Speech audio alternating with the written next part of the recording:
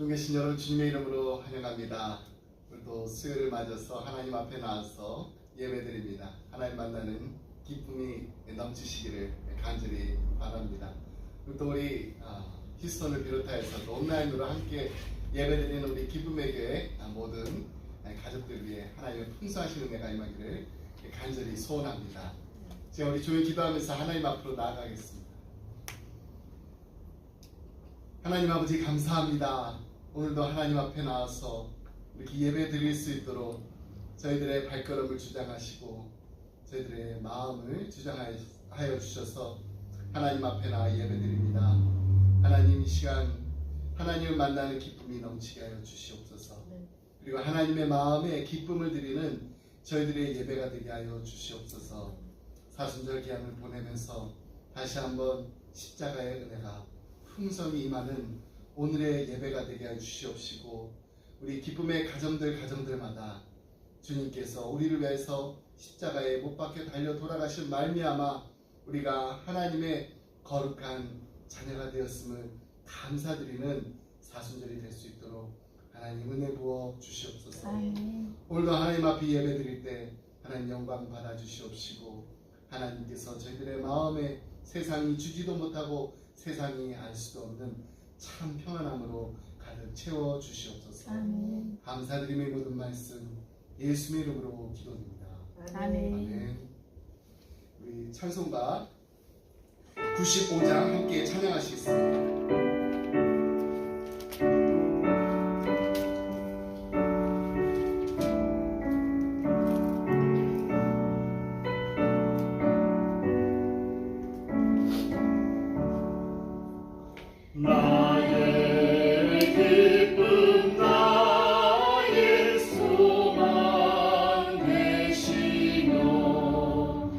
나의 생명이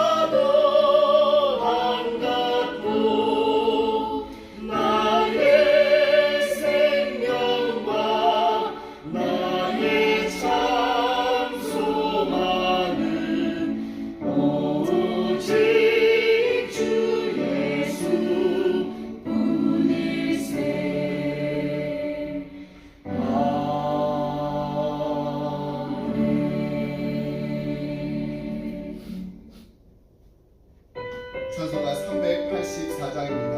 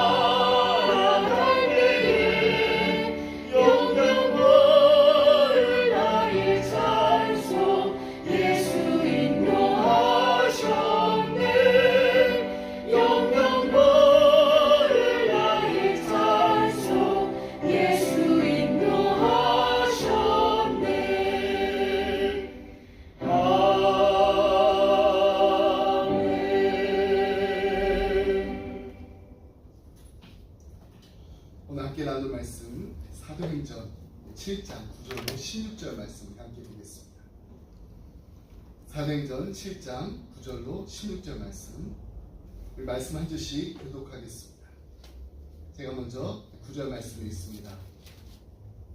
여러 조상이 요셉을 시기하여 애굽에 팔았더니 하나님이 그와 함께 계셔 그 모든 환란에서 건져내사 애굽 왕 바로 앞에서 은총과 지혜를 주시매 바로가 그를 애굽과 자기 온 집의 통치자로 세웠느니라. 그때 애굽과 가나안 온 땅에 흉년이 들어 큰 환란이 있을세 우리 조상들이 양식이 없는지라. 야곱이 애굽에 곡식이 있다는 말을 듣고 먼저 우리 조상들을 보내고 또 제차 보냄에 요셉이 자기 형제들에게 알려지게 되고 또 요셉의 친족이 바로에게 드러나게 되니라. 요셉이 사람을 보내어 그의 아버지 야곱과 온 친족 75사람을 청하였더니 야곱이 애굽으로 내려가 자기와 우리 조상들이 거기서 죽고 세겜으로 옮겨져 아브라함이 세겜 하몰의 자손에게서 은으로 값주고 산 무덤에 장사되니라. 아멘. 스데반이 전한 복음 메시지 두 번째 시간입니다.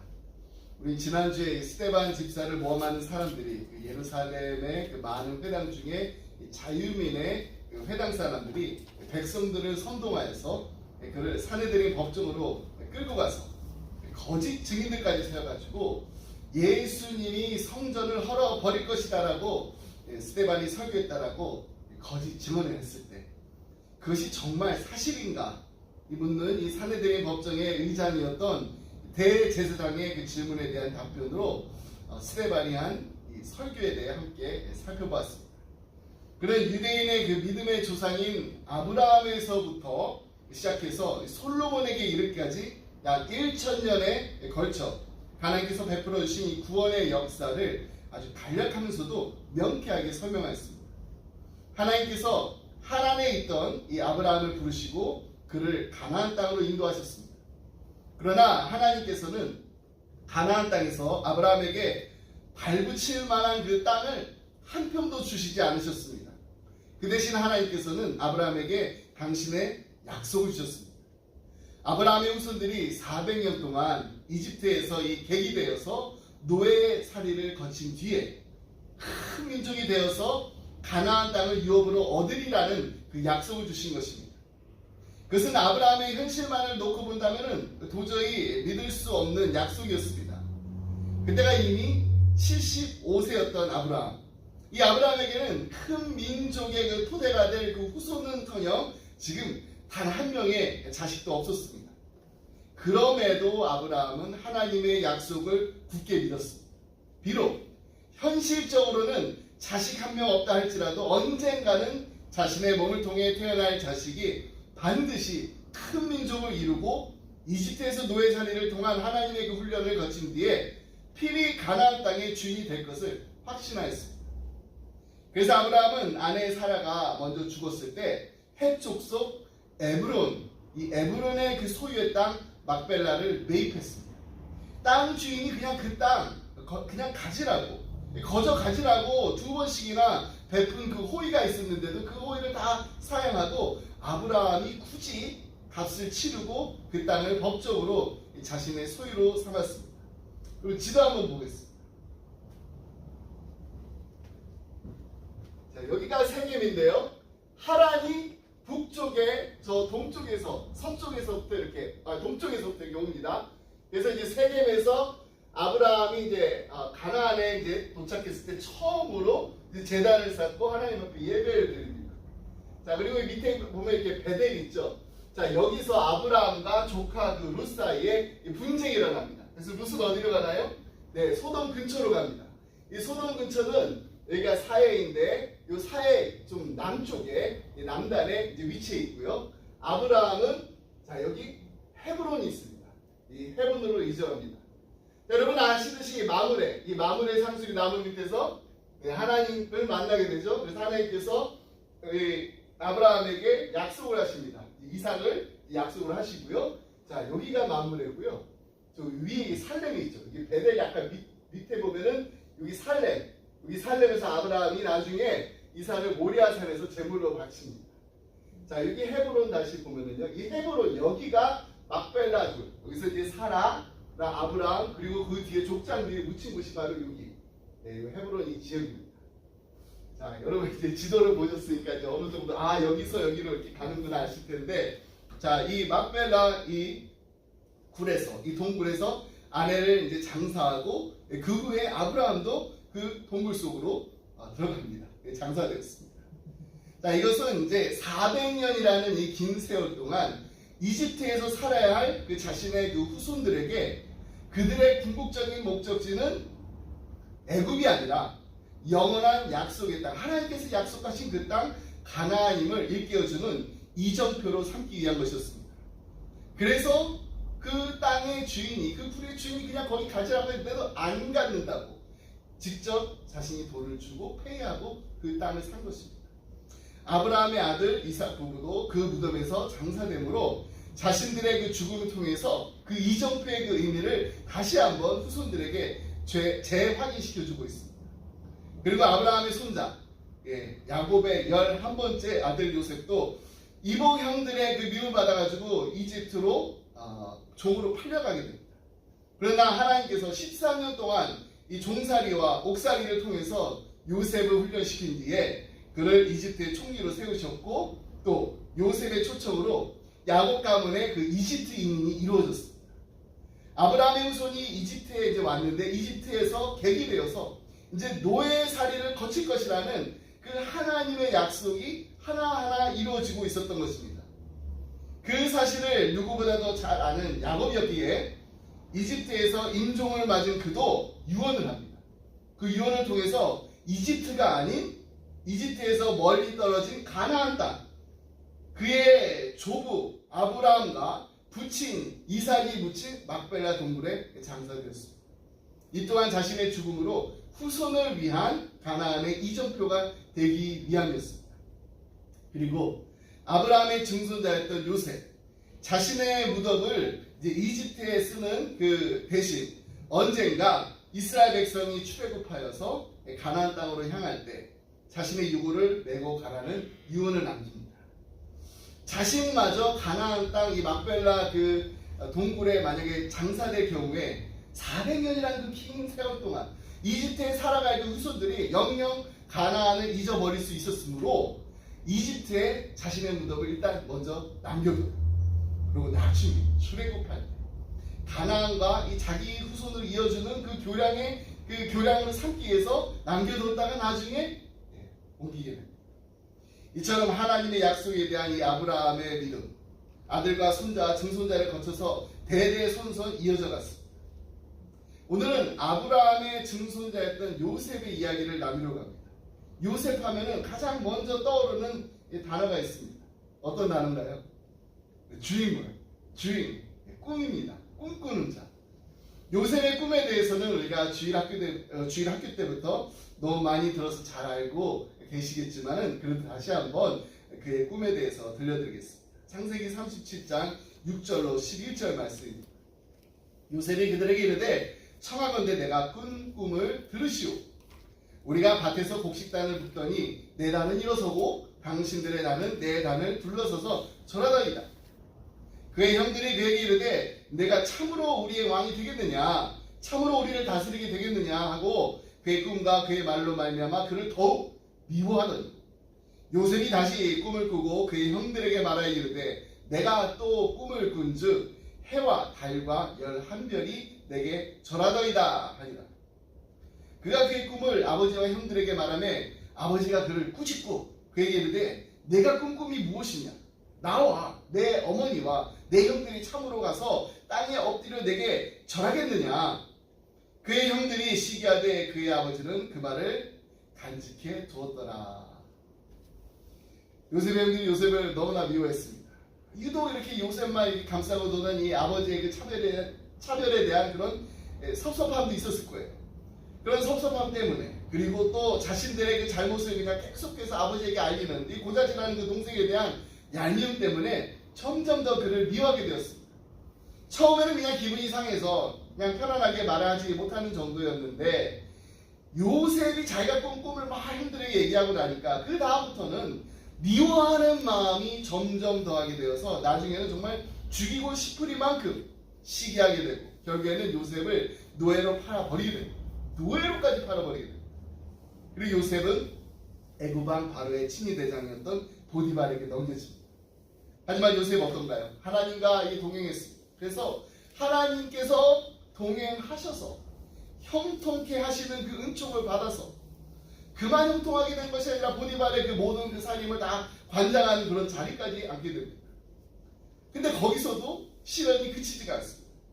보디발의 아내의 그 유혹을 거부한 대가로 왕실의 감옥에 갇히게 됩니다. 하지만 거기서도 죄인들을 관장하는 역할을 맡아 일하다가 떡 맡은 관원장과 또 술 맡은 이 관원장의 꿈을 해석하게 해줍니다. 이를 계기로 해서 훗날 이 애굽왕 이 바로의 그 꿈을 해석해 주기에 이릅니다. 그런 왕의 꿈이 어떻다고요? 애굽에 닥칠 7년의 그 풍년과 또 그 뒤에 올 7년의 그 흉년을 말하는 것이라고 해석하고 그 대책까지도 아주 상세하게 알려줍니다. 이로 인해서 요셉은 드디어 애굽의 2인자의 자리에 오르게 됩니다. 그의 꿈이 현실로 이루어진 것입니다. 그러므로 여러분, 인생 역전의 꿈을 이룬 요셉을 우리가 배워야 합니다. 할 수 있습니다. You can do it. Dreams come true. 꿈은 이루어집니다. 하지만 제가 여러분 설교를 이렇게 하게 되면은요, 그냥 요셉의 꿈을 단지 어떤 개인적인 그런 성공과 출세 이야기로 해석하는 아주 큰 실수를 범하게 되는 것입니다. 성경은요, 요셉이 애굽의 총리가 된 것을 성공이라고 부르지 않습니다. 구속을 위한 하나님의 섭리라고, 하나님의 뜻이라고 부릅니다. 하나님께서 요셉이 품고 있었던 그 꿈을 이루어 주신 것이 아니라 하나님의 꿈을 요셉에게 주셔서 요셉을 통해 이루고 계신 것입니다. 그렇습니다. 이 요셉의 그 생애가 의미가 있는 것은요, 총리가 되었다라는 그 사실에 있는 것이 아닙니다. 그가 하나님께 쓰임을 받았다라는 데 의미가 있는 것입니다. 하나님께서 요셉을 총리로 세우셔서 야곱의 가족을 애굽으로 인도하시고 마침내 큰 민족을 이루게 하셔서 약속의 땅 가나안을 주실 것이며 야곱의 자손 중에 유다를 택해서 또 다윗을 택해서 다윗의 자손인 예수 그리스도를 통해 온 인류를 구원하리라는 이 하나님의 놀라운 계획이 담긴 이야기가 바로 요셉의 꿈 이야기입니다. 그러므로 우리는 요셉의 이야기를 그냥 성공하는 인생, 출세로 가는 길에 대한 이야기 정도로 이해해서는 안 됩니다. 엄밀히 말해서 요셉에 관련된 그 성경 구절을 우리가 살펴보게 되면은 요셉을 설명할 때 가장 많이 사용되는 단어는 꿈이 아니에요. 형통임을 알 수 있습니다. 창세기 39장 2절로 3절 말씀 보겠습니다. 여호와께서 요셉과 함께 하심으로 그가 형통한 자가 되고 그의 주인 애굽 사람의 집에 있으니 그의 주인이 여호와께서 그와 함께 하심을 보면 또 여호와께서 그의 범사에 형통하게 하심을 보았더라. 그리고 그가 억울한 누명을 쓰고 감옥에 갇혀 있었을 때, 근데 그때도 마찬가지였습니다. 23절 말씀, 간수장은 그의 손에 맡긴 것을 무엇이든지 살펴보지 아니하였으니 이는 여호와께서 요셉과 함께 하시니라. 여호와께서 그의 범사에 형통하게 하셨더라. 그래서 저는 이 요셉의 그 꿈을 이야기할 때마다 이렇게 기도하라고 말씀드립니다. 하나님, 요셉과 같이 성공하게 해 주시옵소서. 이렇게 기도하기보다는 하나님, 요셉이 누렸던 형통의 복을 내게도 주시옵소서. 아멘. 우리 이렇게 간구해야 됩니다. 특별히 제가 이제 돌 감사 예배를 이제 드릴 때마다 아기를 위해서 이제 이렇게 기도해요. 이제 올해 이제 9월 달에 우리 서정 장로님 이제 손주 우리 조셉을 위해서, 우리 요셉을 위해서도 이렇게 기도할 거예요. 하나님, 이 아이가 요셉과 같은 형통의 복을 누리는 인생을 살게 하여 주옵소서. 아멘. 자, 그렇다면은 이 요셉이 누렸던 이 형통의 복이란 과연 무엇일까요? 그것은 바로 하나님의 함께하심을 경험하는 삶입니다. 방금 전에 읽었었던 2절과 3절 그리고 2, 3절 말씀 다시 한번 보겠습니다. 여호와께서 요셉과 함께하시고 그가 형통한 자가 되어 그의 주인 애굽 사람의 집에 있으니 그의 주인 여호와께서 그와 함께하심을 보며 또 여호와께서 그의 범사에 형통하게 하심을 보았다. 간수장은 그의 손에 맡긴 것을 무엇이든지 살펴보지 아니했으니 이는 여호와께서 요셉과 함께하심이라. 여호와께서 그를 범사에 형통하게 하셨다. 하나님께서 요셉과 함께 하셨기 때문에 형통한 자가 되었다는 것입니다. 애굽 땅에 종으로 팔려갔던 요셉이 바로의 치위대장 그 보디발의 집에 들어가게 되었습니다. 억울한 종살이가 시작됐지만은 요셉은 하나님 앞에서 의로움을 지키기 위해서 부단히 노력했습니다. 보디발의 아내가 계속해서 동침하자 유혹할 때도 겉옷을 벗어 버리면서 도망가게 했습니다. 그는 항상 자신이 하나님 앞에 있음을 인식했고 하나님 앞에서 죄를 범하지 않겠다라는 강력한 의지가 있었습니다. 이 때문에 뜻하지 않은 오해를 사가지고 또 감옥에 갇히게 됩니다. 종살이하는 것도 억울한데 이제는 감옥살이까지. 하나님께서 위대한 꿈을 주셨는데 왜 이런 일이 자꾸 벌어지는 것일까? 현실은 그의 꿈과는 정반대 방향으로 흘러가고 있고 이유도 알 수 없는 그 요셉의 고난 끝없이 계속되는 듯합니다. 근데 요셉의 고난과는 달리 하나님께서는 지속적으로 그와 함께 하셨습니다. 하나님께서 그와 함께 하셔서 그는 어디에 가서나 형통하게 됐습니다. 그 형통함을 본 보디발은 요셉을 가정의 총무로 삼고 모든 대소사를 다 맡겼습니다. 마찬가지로 요셉이 감옥에 갔을 때도 간수장도 요셉을 신뢰했기 때문에 모두를 다 맡겼습니다. 맡긴 일은 다시 보지도 않았습니다. 요셉이 어디에 있든지 하나님께서 함께 하셔서 형통하게 되는 복이 되었다는 것입니다. 그렇습니다. 이 형통함, 그냥 단순히 어떤 일이 그냥 술술 내 맘대로 내 뜻대로 잘 풀리고 진행된다는 뜻이 아닙니다. 이 형통함이라는 것은 어디에 있든지 하나님과 동행하는 삶을 살았다는 것입니다. 이처럼 요셉과 같이 하나님과 이 동행하는 그 축복을 누리는 인생을 사는 사람들이 가지고 있는 두 가지 특징이 있습니다. 그 첫 번째는 주어진 자리에서 최선을 다하는 것입니다. 오늘 본문 말씀에 보면은 요셉은 아버지 그 야곱의 그 사랑과 그 귀염을 독차지했던 그 귀한 그 아들의 신분에서 갑자기 애굽의 노예 신세로 전락하게 됩니다. 대부분의 그 모든 사람들 이런 비참한 일을 갑자기 당하게 되면은 쉽게 자포자기해버립니다. 그러나 요셉은 그렇지 않았어요. 노예가 된 자신의 그 처지를 슬퍼하기보다는 그 처지에서도 최선을 다하는 생활을 했습니다. 물론 노예가 된 상황에서도 성실하게 일했습니다.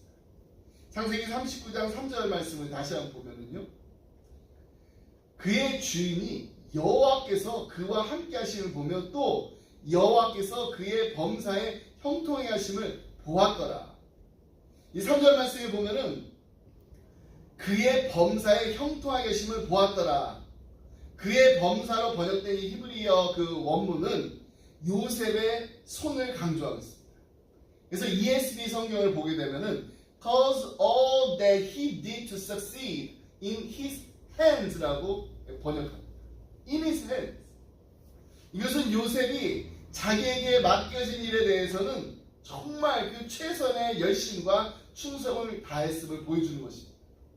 비록 노예 신분이었지만은 요셉은 그런 것에 구애받지 않았습니다. 최선을 다했습니다. 성실하게 자신에게 맡겨진 일에 집중했습니다. 성경이 강조하는 작은 일에 충성을 다한 것입니다. 저는 이 개혁 감사 예배를 드릴 때마다 나누는 이야기가 있는데, 나는 정직한 자의 형통을 믿는다라는 책에 나오는 어느 설렁탕 집 주인 이야기입니다. 여러분들 이야기 들어보셨을 분도 계실 거예요. 이번에 음식점이 정말 얼마나 손님이 많은지 점심시간에는 적어도 기본적으로 30분 이상 줄을 서서 기다려야 됩니다. 그래야 음식점 안으로 들어올 수 있습니다. 근데 이분이 아주 독실한 크리스찬이신데 하루는 자신이 섬기는 그 목사님, 그 교회 목사님께 꼭 한번 이렇게 대접하고 싶으니까 들으라고 부탁을 했어요. 목사님, 제 자랑이 아니라 정말 저희 집 음식이 맛있어요. 저희 집 설렁탕 한번 꼭 오셔서 드셔보세요. 그래서 자신이 그 음식점이 이렇게 잘 된 그 비결에 대해서 목사님께 이렇게 말했답니다. 저는 오늘 손님마다 정말로 예수님을 대접한다는 마음으로 음식을 준비합니다. 그렇기 때문에 양념으로 들어가는 파, 마늘, 고기뼈 전부 다 최상의 것을 사용합니다. 근데 하루는 이렇게 설렁탕을 이렇게 국물을 이렇게 우리고 있는데 색깔이 노랬다고 해요. 이게 뽀얀 색깔이 아니에요. 어떻게 된 일인가 해서 고기뼈를 이렇게 주문한 곳에 전화를 해봤더니 배달이 잘못된 거예요. 항상 이렇게 좋은 고기뼈가 오는데 그날따라 이렇게 좋지 않은 뼈가 전해졌다고 합니다. 그래서 이제 그 설렁탕 이제 그 뼈를 주문한 데서 이렇게 얘기를 해요. 사장님, 오늘 정말 죄송한데 오늘만 그냥 커피 프림을 이렇게 조금 이렇게 타서 끓이면 어떨까요? 그러면 이게 좀 색깔이 뽀얘진다고 그래요.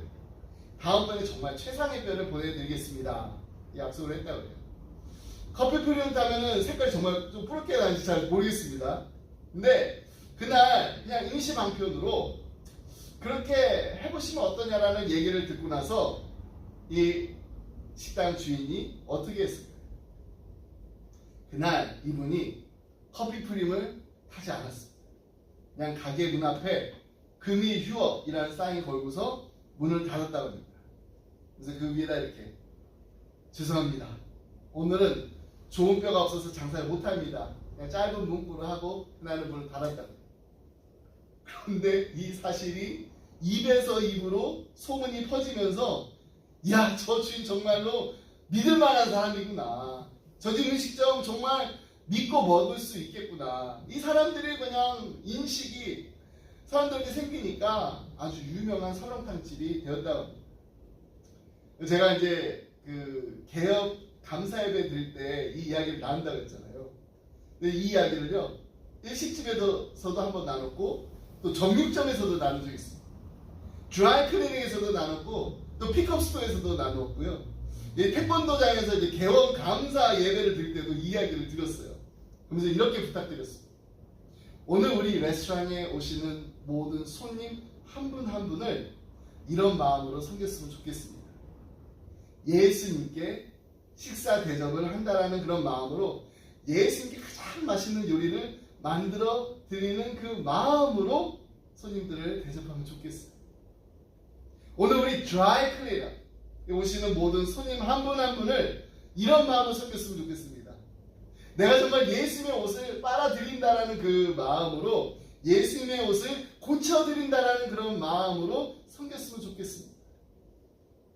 오늘 우리 태권도장에 오시는 모든 손님 한 분 한 분 이런 마음을 섬겼으면 좋겠습니다. 뭐라고 그랬을까요? 제가 태권도 도장에서는 예수님께 태극 일장을 가르쳐 드린다는 그런 마음으로 예수님이 우리 도장에 오시면 어떨까 하는 그런 마음으로 어떻게 섬길까 하는 그런 마음으로 수련생들을 대하면 좋겠습니다. 여러분, 지금 우리에게 주어진 자리에서 최선을 다하는 삶, 자신에게 맡겨진 일을 성실하게 감당하는 삶이 하나님 보시기에 정말 아름다운 하나님의 얼굴에 미소 짓게 하는 삶입니다. 요셉은요, 자신의 형편과 자신의 환경을 바라볼 수도 있었습니다. 불평할 수도 있었습니다. 원망할 수도 있었습니다. 좌절할 수도 있었습니다. 그런데 자신의 형편과 환경을 바라보지 않고 자신의 삶을 주관하시는 하나님만을 바라보며 코랑대로 하나님 앞에서 산다라는 그 마음을 가지고 그 의식을 가지고 성실한 삶을 살았습니다. 하나님 앞에서 무슨 일을 하든지 마음을 다하여 죽게 하듯 하고 사람에게 하지 않는 우리 기쁨의 가정들이 다 되시기를 주님의 이름으로 축복합니다. 아멘. 두 번째로 형통한 사람의 특징은 이것입니다. 축복의 통로가 되는 삶을 사는 것입니다. 창세기 39장 5절 말씀 보겠습니다. 그가 요셉에게 자기의 집과 그의 모든 소유물을 주관하게 한 때부터 여호와께서 요셉을 위하여 그 애굽 사람의 집에 복을 내리심으로 여호와의 복이 그의 집과 밭에 있는 모든 소유에 미친지라. 요셉이 이 보디발의 집과 모든 그 소유를 주관한 때부터 하나님께서 요셉을 위해서 보디발의 그 집을 축복하셔서 그 집의 소유가 더욱 풍성하게 되었다고 말씀하고 있습니다. 여기서 우리는 아주 중요한 사실을 하나 발견할 수가 있습니다. 그것은 바로 하나님께서 택하신 사람은 자신이 축복을 받을 뿐만 아니라 자신으로 인해서 주위에 있는 사람들에게까지도 그 축복을 나누고 그 축복을 누리게 한다는 것입니다. 다시 말해서 우리 성도에게는 세상의 축복의 통로가 되라는 하나님의 부르심이 있다는 것입니다. 창세기 12장에 보면은요, 하나님께서 아브라함을 택하시면서 이렇게 축복하십니다. 내가 너로 큰 민족을 이루고 내게 복을 주어 내 이름을 창대하게 하리니 너는 복이 될지라. 너를 축복하는 자에게는 내가 복을 내리고 너를 저주하는 자에게는 내가 저주하리니 땅의 모든 족속이 너로 말미암아 복을 얻을 것이라 하신지라. 하나님께서 아브라함을 축복하신 이유, 그냥 아브라함의 가문만 잘 먹고 잘 살아는 그래서 축복해 주신 것이 아니라 모든 족속이 아브라함으로 말미암아 하나님의 축복을 누리게 하려 하신 것입니다. 우리도 마찬가지입니다. 우리만 정말 잘 먹고 잘 살면 다 되는 건가요? 아닙니다. 하나님이 함께 하심으로 요셉이 거주하고 있었던 그 보디발의 집이 복을 받았던 것처럼 하나님이 우리와 함께 하심으로 우리가 머무는 자리자리마다 우리가 가는 곳곳마다 복을 누려야 돼요. 한 어머니가 가족을 위해서 이런 글을 써가지고 냉장고에 붙였다고. 제가 나중에 한번 이 냉장고에 붙인 거 좀 프린트아웃 해가지고 다 나눠드릴까요? 다음과 같은 사람은 행복하다. 사랑을 요구하기보다는 사랑을 주는 사람. 남이 손을 내밀어 주길 바라기보다는 남에게 손을 내밀어 주는 사람. 친구를 갖기 원하기보다는 친구가 되어주는 사람. 마음의 고마운 표현을 기다리기보다는 고마움을 표현해주는 사람. 자신의 고통만을 생각하기보다는 남의 고통을 덜어주는 사람. 하나님, 저를 축복해 주십시오 라고 기도하지 않고 하나님, 저들을 축복하여 주십시오라고 기도해주는 사람. 남의 실수보다 좋은 점을 생각해 주는 사람. 선행을 베풀 때 기억되기를 바라지 않는 사람. 여러분, 주는 이보다 받는 이가 더 행복하다는 거 우리가 살아가면서 또 우리가 나이가 들어가면서 점점 더 깨닫게 됩니다. 하나님 앞에서 우리 자신을 온전히 드려서 하나님의 일에 귀하게 쓰임 받을 뿐만 아니라 우리 주위에 있는 사람들에게 아낌없이 베풀며 나누며 섬기는 그 인생, 그 아름다운 인생을 사는 우리 기쁨의 성도들이 다 되시기를 주님의 이름으로 축복합니다. 아멘. 말씀했습니다. 코로나 19. 그때 정말 사회적 그 격리 기간에 얼마나 힘들고 어려웠나요? 근데 그 힘들고 어려운 그 시간 속에서도 이웃을 돕고 감사를 표현했던 여러 미담들이 많이 있습니다. 그 중에 제가 예전에 이 영국의 링컨셔주의 웨스턴 초등학교 제인 폴스 선생님을 소개해드린 적이 한 번 있습니다. 지금으로부터 3년 전이에요. 2020년 봄학기 4월에 올라온 그 인터넷 그 기사를 보니까 이 선생님이 매일 아침 5마일을 걸어가지고, 그때는 다 자가격리였잖아요. 집에서 막 수업 받아야 되고, 자가격리 중이었던 그 학생들을 위해서 78개의 도시락을 배달하는 그 사진. 지금 여기 벽에 있는 다 거기에 도시락이 있는데 그 사진이 올라왔어요. 아이들이 혹시 식사를 거를까봐 자신이 도울 수 있는 일을 찾았는데 그냥 찾은 거 끝난 것이 아니라 실천을 한 거예요. 나중에 이 한 인터뷰에서 이 선생님이 이렇게 말했습니다. 배달을 하면서 그냥 음식만 그냥 전달한 게 아니라 면역력이 약한 아이들이 건강이 어떤지 그 건강을 확인할 수가 있었습니다. 우리는 아이들이 집 밖에 나오기를 바라지 않습니다. 뭐 선생님 보니까 반갑다고 막 뛰쳐나올 수도 있잖아요. 근데 그렇지 않고 그냥 집에 있으면서, 거리에 사람이 적을수록 코로나 바이러스도 적어질 것이기 때문에 그냥 아이들이 집에 있으면서 그냥 안전하게 있기 원합니다. 그런데 선생님은 또 아이들이 안전히 잘 있나 확인해서 보고 싶었던 거예요. 그래서 이 젠 선생님이 아이들의 집을 방문해가지고 문을 이렇게 두드리고서 아이들이 이렇게 직접 보는 게 아니라 그냥 정원에서 이렇게 멀리 기다리셨다. 그리고 아이들이 잘 지내고 있는지 확인하고 나서 또 다음 집으로 계속해서 걸어갔습니다. 저는 이런 분들 이야기 들을 때마다 참 많이 도전받습니다. 이 주어진 자리에서 이 축복의 통로가 되는 그 삶을 산다는 것이 얼마나 이렇게 귀하고 또 얼마나 이렇게 아름다운지 모릅니다. 저는 이 한국교회와 이민교회 그리고 우리 기쁨의 가정들이 이런 모습으로 살았으면 좋겠습니다. 그래서 저도 그때 3년 전에 이 선생님 얘기를 듣고 제 아내와 같이 이렇게 실천해봤어요. 조그만 백에다가 그냥 과일 좀 담아가지고 문고리에다가 이렇게 걸어놓고 그냥 띵동하고 먼 데서 이렇게 성도님들 바라보면서 잘 지내시는지. 여러분, 우리가 가는 곳곳마다 정말 우리가 머무는 자리자리마다 전 그리스도의 아름다운 향기가 흘러 넘치고 예수님의 따뜻한 손길을 나눌 수 있는 이웃들과 더불어 함께 행복을 누리는 그 기쁨이 무엇인지를 알고 그 기쁨이 날마다 넘치는 우리 기쁨의 가정들이 다 되시기를 주님의 이름으로 축복합니다. 아멘. 기도하겠습니다. 하나님 아버지 감사합니다. 오늘 하나님의 말씀을 통해서 우리에게 하나님의 분명하신 뜻을 알게 해 주심을 감사드립니다. 하나님은 우리를 창조하셨을 뿐만 아니라 우리 이 땅에 보내셨을 뿐만 아니라 우리 인생의 모든 것을 주관하시는 하나님이심을 다시 한번 감사드립니다. 모든 것이 다 하나님의 섭리 가운데 하나하나 하나님의 뜻대로 하나님께서 계획하신 대로 이루어지게 하심을 다시 한번 감사드립니다. 하나님, 우리 기쁨의 교회가, 우리 기쁨의 가정들이 하나님의 꿈을 이뤄나가는 하나님 보시기에 아름다운 공동체가 되게 하시고 아름다운 가정들이 되게 하여 주시옵소서. 아멘.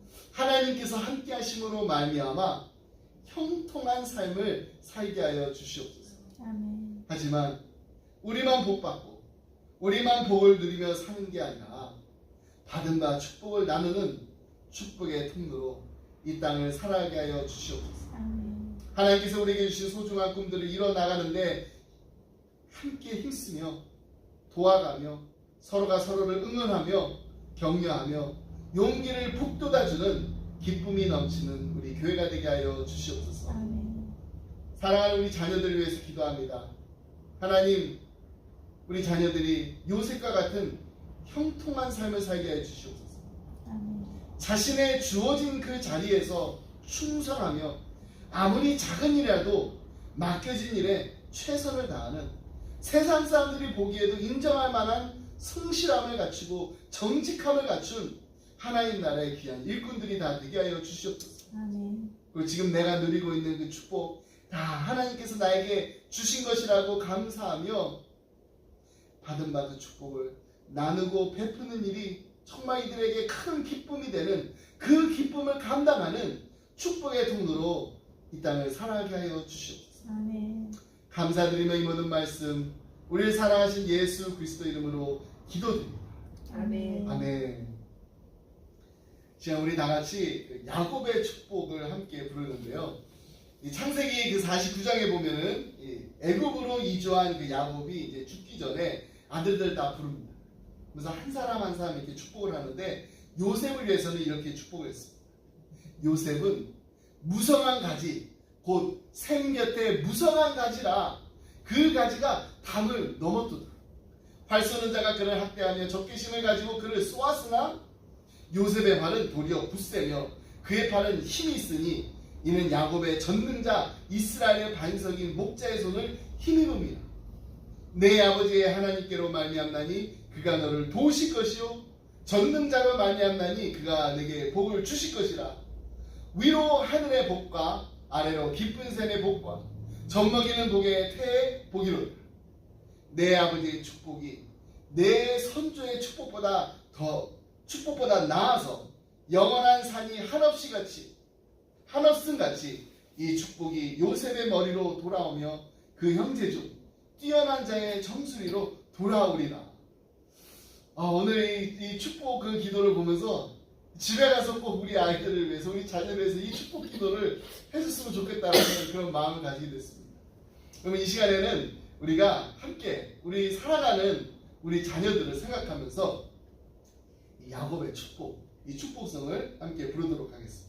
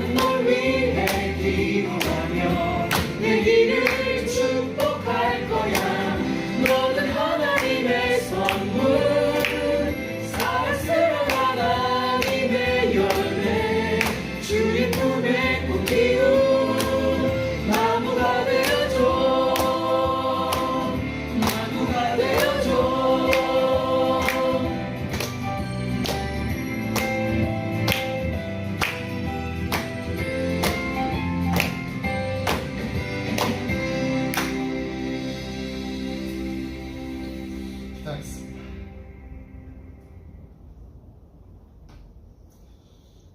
이제 우리 주 예수 그리스도의 은혜와 하나님 아버지의 그 크신 사랑과 성령님의 감동감화 교통하심, 하나님, 우리 사랑하는 자녀들이 요셉이 누렸던 형통함의 축복을 날마다 누리게 하여 주시옵소서. 아멘.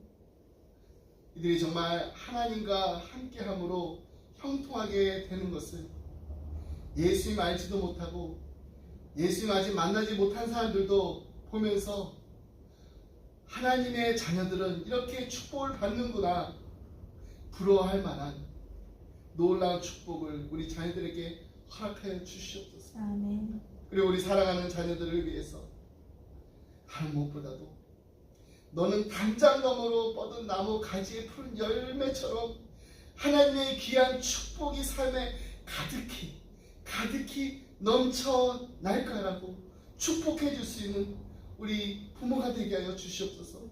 너는 어떤 시련이 와도 능히 이겨낼 강한 팔이 있어.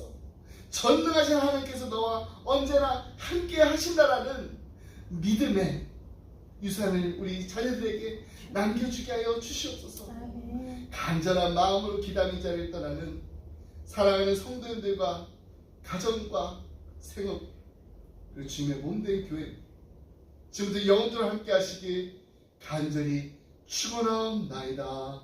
아멘. 아멘.